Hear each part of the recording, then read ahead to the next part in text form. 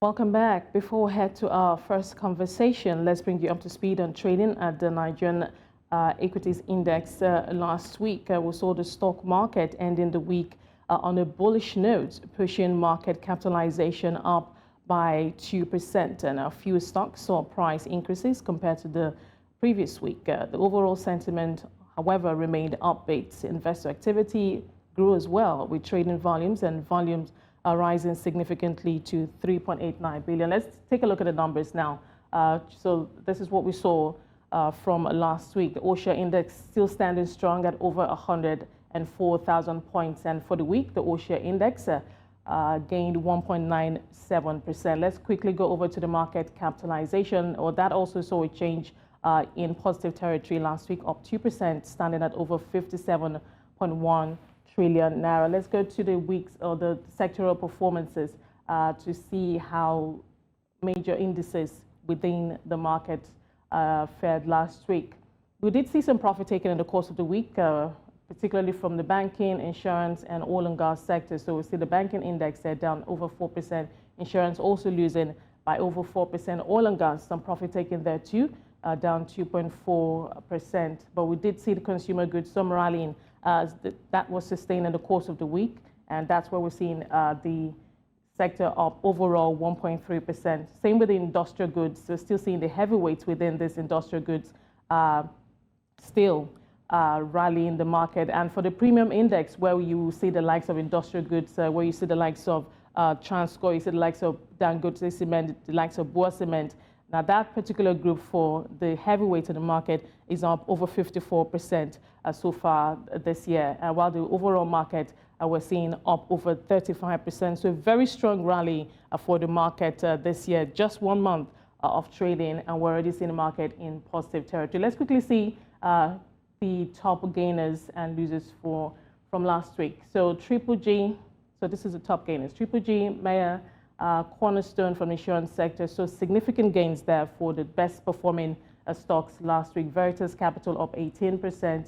Julie PLC, one of the penny stocks in the market, obviously and interestingly gaining some attention from investors, up 18.64%. And the saying goes, a rising tide lifts all ships. So we've been seeing this broad rally at the market, raising even penny stocks that investors typically wouldn't have on their radar. And this is a good example, Julie PLC rallying for the week. Let's go over to the top losers from the week. So we have Darcoms still shedding, this time down 22%, leading the top losers for the week. We have Eterna, some profit taking around Eterna. Good news we had from last week, Eterna, of course, that deal with Dangote Petroleum Refinery to lift some of its products, but we are seeing some profit taking. We have Suna Assurance, Deep Capital, May and Baker from the pharmaceutical sector. So a mixed bag there for the previous week's top losers. May and Baker down over 16%. So we've still got our eye on the market. Markets year to date, as OSHA index up over 35% so far. We'll be keeping our eye on the market, and of course we continue to expect the heavyweights at the market to continue to boost the rally. In the meantime, we'll take a break and we'll come back for our first conversation. Join us again. Welcome back. The Abuja chapter of the Association of Master Bakers and Caterers of Nigeria says the cost of all baking supplies in the country is rising, and the continuous increase in production costs is now a threat to the industry. The association secretary, Richard Adieme, in a statement last Friday, said the hike in prices towards the last quarter of 2023 forced many members out of business. Well, joining me to share more insight on this is Emmanuel Onora. He's the president of the Premium Bread Makers Association of Nigeria. Thank you so much, Emmanuel, for joining us. Let's start with you, just giving us a broad picture of how of the bread making process itself. Let's start with the supply chain. Help us understand what happens from point A up until when the bread is actually made. Thank you very much, Esther. Good morning, viewers, and good morning, Nigerians. Well, you know, as bread makers and as the president of Premium Bread Maker Association of Nigeria, I've been sounding like broken records for more than a year now, over a year. We've been in this topsy-turvy roller coaster in our industry. that has upended the industry entirely. The industry has gone comatose. The industry is almost going extinct. So we are in a very bad place as bakers. And I share the sentiment of the Association of Master Bakers release last week Friday, though that did not emanate from our association. We are Premium Bread Makers Association of Nigeria. Right? We are in a very, very bad place. Our major inputs into bread making, we have about 12 inputs that we use in making bread. Flour takes about 65 to 70%. Sugar takes about 12% or thereabout. Then you have the softener that takes about 1.something%. You have ascorbic acid. You understand? You have milk. You have the yeast. You have the preservative. You have the margarine. There's soya flour. And, another elephant in the house is cost of energy. Diesel is what we use in running basically our energy requirements, because there is no public light in Nigeria. Like I just saw on your listing, the national grid collapse. Was it yesterday or 2 days ago? We are doing 59 megawatts for a country that was on 44,000 plus that couldn't even do anything. So we run basically on diesel in my facility, in my bakery, just like every other member of PBAN. We have a 150 kVA generator. You know how much diesel it goes in a weekly basis. When times were good, we're using about 8,000 liters. But today now we are doing 3,000 because capacity has dropped, sales has dropped, flour count has dropped. So we are in a very bad place in the industry, and right. we have shared our workers with. We have tried to right size. So for all my members, membership has dropped by more than 60% because bakeries are closing in droves. On a daily basis, bakeries are closing. You know what it means for people to inject so much money into opening a bakery. You put in maybe 300 to 400 million to open a premium bakery, and you cannot make end meet. Your sales has nosedived to about less than 70% utilization of your capacity. Throughput is almost zero. And you continuously inject capital from outside into your business. And the federal government, the state government, nobody tries to help out. All they're after is their tax. FIRS is on your neck. They want you to pay this, they want you to pay us. LIRS is on your neck. They are giving you deadlines. Nobody cares about your well-being. For them, it's about the money. Right. For them, it's about what's for them. And it's not a good one at all. If I could just come in here, outside of your energy needs, what percentage of your inputs are sourced locally? About 90%, I just told you, about 90% of all we use come from abroad.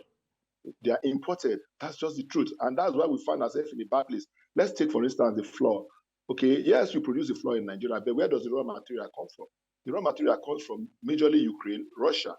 Okay, our requirements, our wheat requirement needs in Nigeria is about 5.7 million metric tons every year, but we do actual of 5.1 million.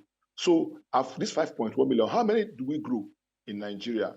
We grow, last year, I think they did about 300,000 metric tons. Compare it to the requirement that is 5.1 million metric tons. Same goes for sugar. You understand? Our sugar, basically, our dry sugar comes from Brazil. Okay? Our yeast come majorly from everywhere in Europe, Netherlands, UK, US, China.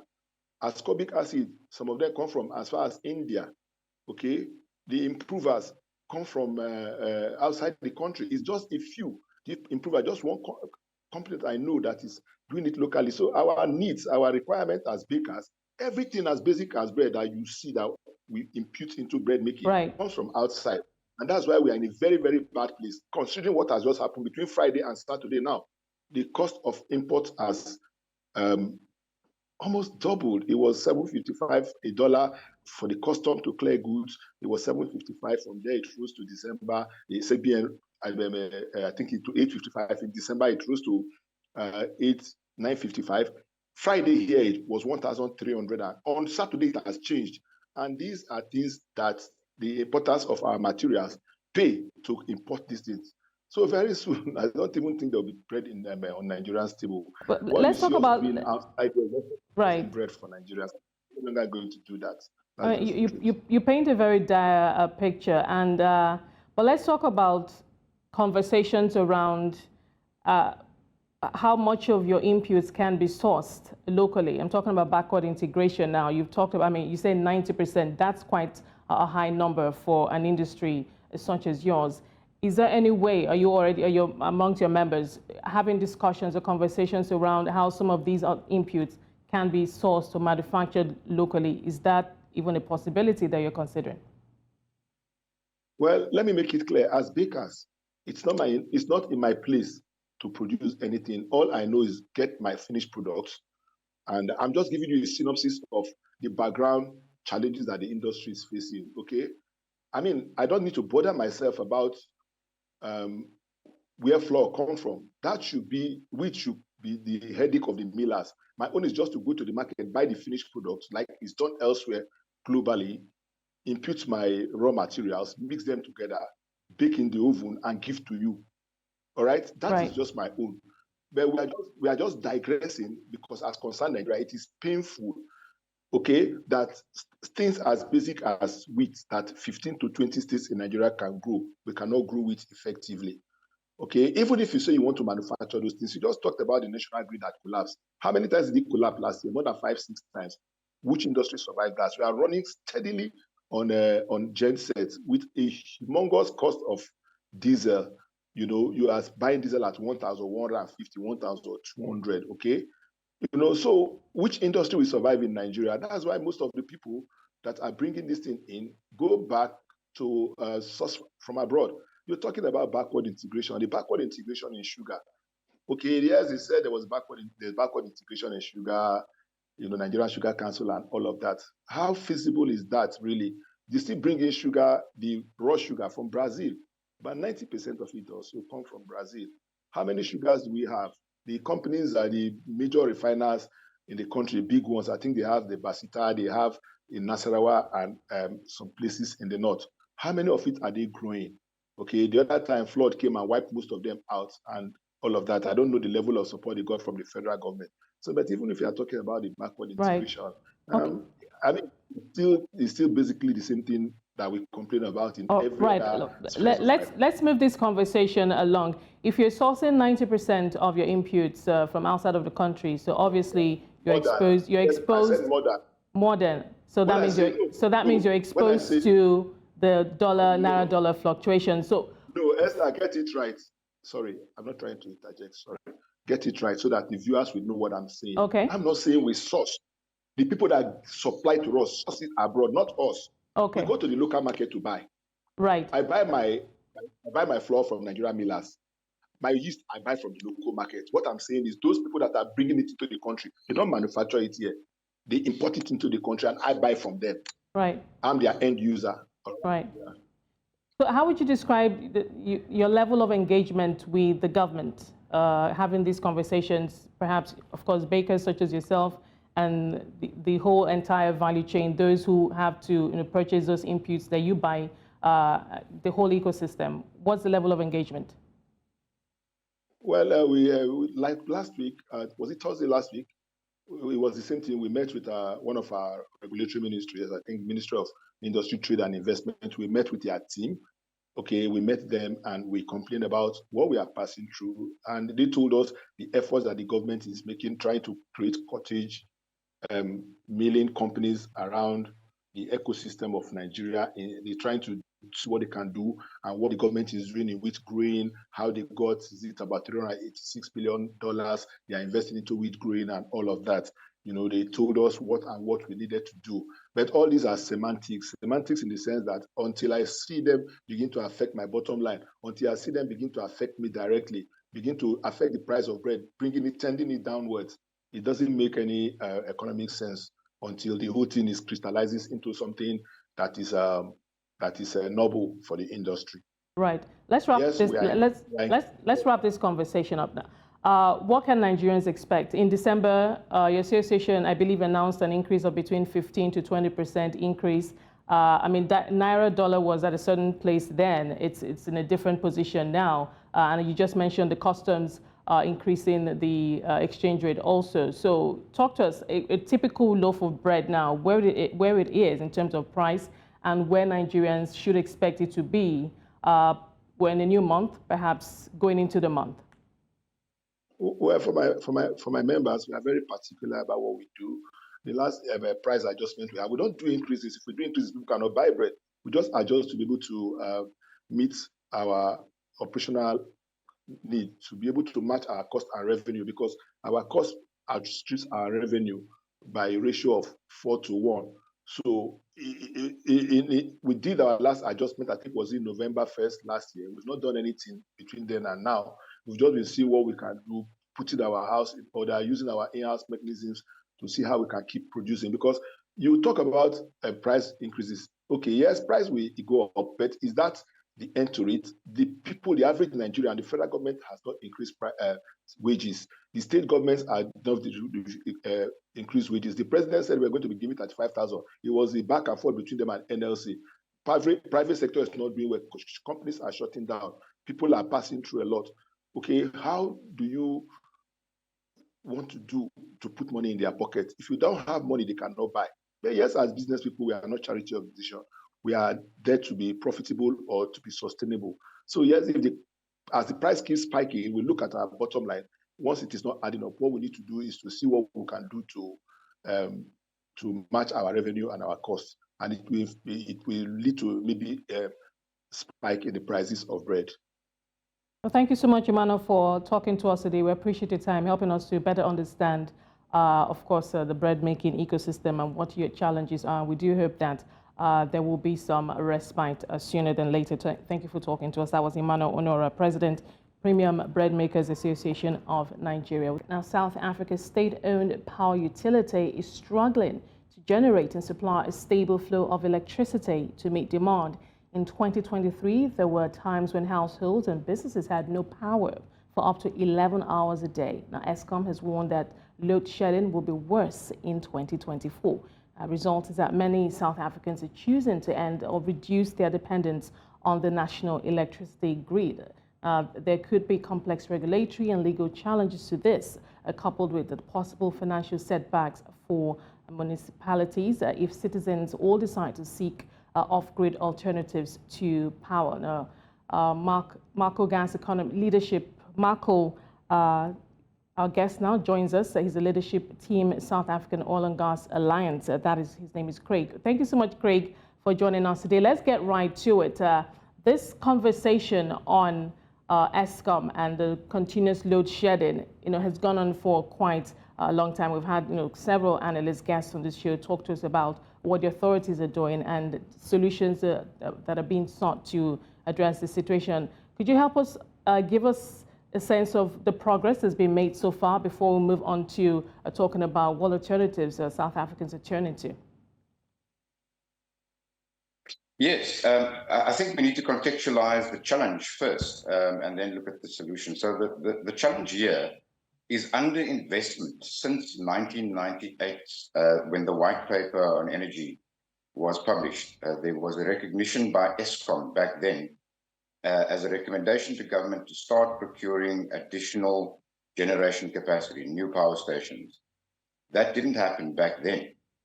And the present ECOB has to play catch up. Government has now taken the decision to procure additional capacity, but it is not happening fast enough.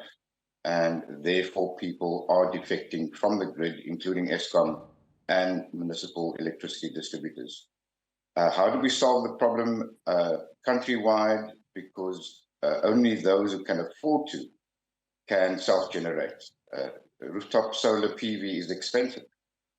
The majority of South Africans, the majority of the 62 million South Africans are not able to afford rooftop solar PV. They need electricity. If we compare that 62 million population with only 7.5 million people who are in a position to pay tax, you can already recognize that this will result in major inequality in terms of energy access and services. So the challenge has been identified. The solution is not easy. It is not a quick fix. And so new generation takes about 24 months to 36 months from conceptualization through to commercial operations, including time to develop these projects, secure the permitting, achieve financial close, construct the power plant, commission it, and then achieve commercial operation date. That can be anything from 24 to 36 months, depending on which technology we're talking of. Solar PV, wind, and gas to power more or less have the same development and construction time. So they do feature high up on our agenda in terms of the energy mix. And just on the energy mix itself, what are our priorities? Our priorities must be energy security above everything else right now. Yes, we are concerned about the environment. Yes, we are concerned about affordability of electricity tariffs, but we cannot prioritize the other important imperatives right now until we sort out load shedding and achieve our energy security objectives. Right. The rest can follow in the second, third phase. Right. Let's move on. Let's talk about alternatives available to those, South Africans who are perhaps just tired of the status quo and want to go off grid. That's one. Two, first of all, what are the alternatives available to them? And two, could there be potentially be legal issues surrounding that for those who just want to go completely perhaps off the grid and into their own solutions of choice? And or is there a regulatory framework that already exists that would enable them to do so? Yes, the legislative framework initially gave Eskom, our national utility, a monopoly in law. That has been changed back in 2009 already with the amendment of the Electricity Regulation Act. This then took made some changes to that legislation, in particular Section 34, which now grants the minister the right and power to procure new electricity by setting the capacity targets and then handing that to the Independent Power Producer Office to procure that capacity as determined by the minister in concurrence with the National Energy Regulator of South Africa. That has been ongoing since 2010. But unfortunately, it has not resulted in the capacity that we require, and most importantly, the energy we require. Because, and I make the distinction between energy and the capacity, because we might have procured capacity from renewable energy sources, but that energy isn't always available, unfortunately, right? And so we need energy with a higher capacity factor than solar and wind, because solar only works during the day, wind blows erratically, they are weather dependent, and we really need to have a guarantee that there will be no load shedding as a result of the intermittency of renewable energy. So gas to power can play that role, nuclear can play that role, coal can also play that role, but coal obviously is considered to be the bad guy in this movie, because it's considered to be the most polluting of the fuel sources for power generation, greenhouse gas emissions. Right, Craig, if I could just come in here, Craig. I do beg your pardon, I do apologize for butting in because we were almost out of time, wanted to cover more ground. Now, local government municipalities play an important role in delivering basic services, including electricity. Now, the financial stability of these municipalities hinges in, I guess to some extent, on the revenue they generate from selling electricity to consumers. Now, if off-grid solutions become affordable or more widespread and widely used, could that lead to a collapse or a severe impact on these municipalities whose finances may become heavily impacted? Absolutely. Municipalities are at risk of losing revenue from electricity that cross-subsidizes other essential services such as road, healthcare, and other emergency services, traffic, roads, and so on. Now, municipalities have an opportunity under this new dispensation, even with self-generation, to earn some money as a network operator and not simply a reseller of ESCOM or independent power produced electricity. It can generate revenue from the use of its network.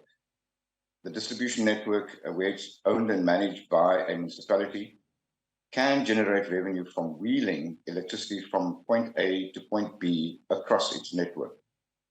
This might not be ESCOM that's wheeling across its network. It would typically be an independent power producer or self-generator of electricity that would then need to pay municipalities to use for the use of the system. Now, that might not be enough.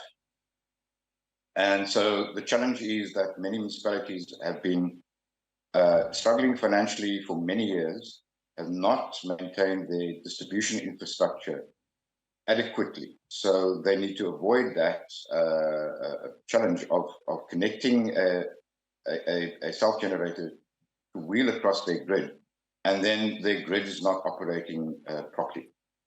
And this is a challenge that needs to be investigated further. It is under investigation. It is being monitored. The state of municipal distribution networks needs to be assessed thoroughly before we can make a determination on whether it can, in fact, in all instances, serve the energy security needs by delivering electricity to end users. Right, now, beyond traditional loans, what innovative financing models, perhaps micro-leasing or pay-as-you-go options, could make off-grid systems more accessible to households who are perhaps living below the poverty line, or small businesses who are struggling to stay afloat? No, sure. So there is the outright purchase of the equipment, and then paying an installation fee to an installer of rooftop solar PV or gensets that can run on cleaner fuel, fossil fuels such as gas. Those are all options that are there. After an outright purchase, yes, there is an asset leasing financing model that's taking root in South Africa. There are several intermediaries, for example, who represent some of the commercial lenders, some private equity funds that have made money available for this via intermediaries, who then make this available to installers and or their clients as loans or leasing facilities. Because the moment you take possession of the equipment, you have to pay for it. And so it's a question of who pays upfront and who then pays later.